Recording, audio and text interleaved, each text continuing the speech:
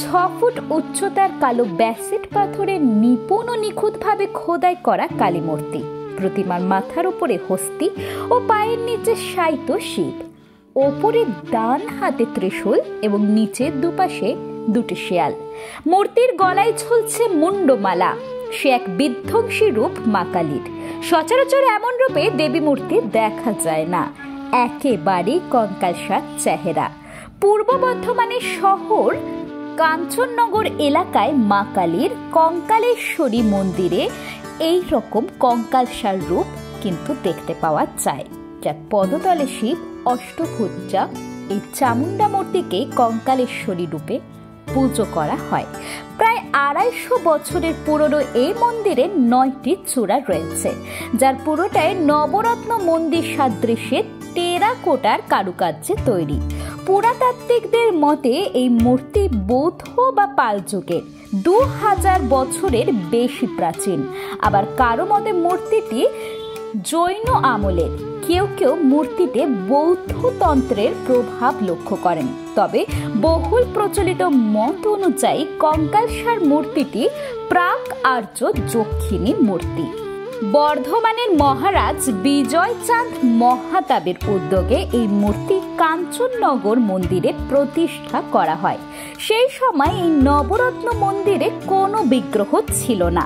পাথরের কালী মূর্তি প্রতিষ্ঠার দিন থেকে এখনো পর্যন্ত এখানে নিত্য পুজো হয়। কথিত এক ধার্মিক পরিব্রাজক কমলানন্দ মায়ের স্বপ্নাদেশ পান। স্বপ্নাদেশ পেয়ে তিনি দামোদরের তীরে ধোপাদের কাপড় কাচার কাজে ব্যবহৃত পাথরটি উদ্ধার করেন। সেই পাথরে খোদাই করা ছিল এই দেবী মূর্তি। এই পাথরের দেবী মূর্তি পরবর্তীকালে প্রতিষ্ঠিত হয় মন্দিরে। 1320 বঙ্গাব্দে বা 1913 সালে বর্ধমানের কাঞ্চননগর এলাকা ভেসে যায় দামোদরের বন্যায়। বন্যার জল নামতে দামোদরের গর্ভ থেকে উদ্ধার হয় কোষ্ঠী পাথরের দেবী মূর্তি। তারপর তা প্রতিষ্ঠা করা হয় কাঞ্চননগরের পঞ্চরত্ন বিষ্ণু মন্দিরে। সেই থেকেই এখানে কঙ্কালেশ্বরী কালীর আরাধনা হয়ে আসছে। এখানে কালী যেন একেবারে কঙ্কালসার, পাথরে খোদিত এবং মানব কঙ্কালের মতো দেখতে। শরীরে শিরা ধমনী সব স্পষ্ট। বিগ্রহটি অষ্টভুজা, গলায় নরমুন্ডমালা, পদতলে শিব। দেবীর দুপাশে দুজন সহচরীর মূর্তি।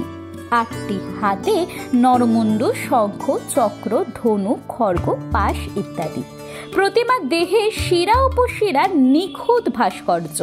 কোষ্ঠী পাথরে খোদিত কালী মূর্তির এই রূপের জন্যই এর নাম কঙ্কালেশ্বরী কালী। শায়িত শিবের নাভি থেকে উৎপত্তি হয়েছে পদ্ম।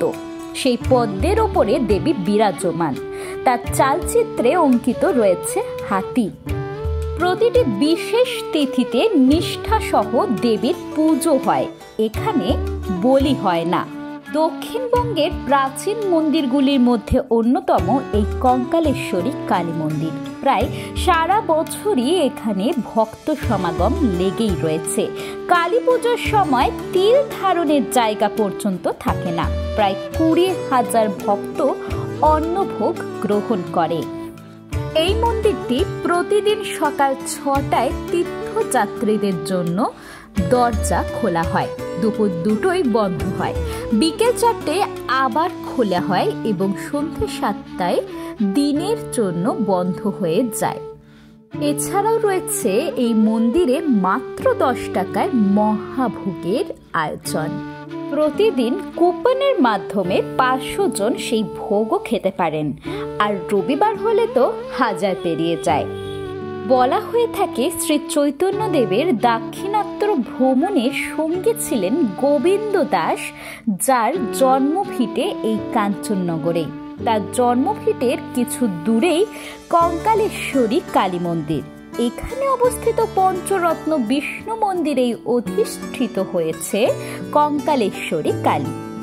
তবে আশ্চর্যের বিষয় হলো এই যে কঙ্কালেশ্বরী মূর্তিটির বয়স আজ পর্যন্ত নির্ণয় করা সম্ভব হয়নি। তাহলে কেমন লাগলো আজকের এই ভিডিওটি?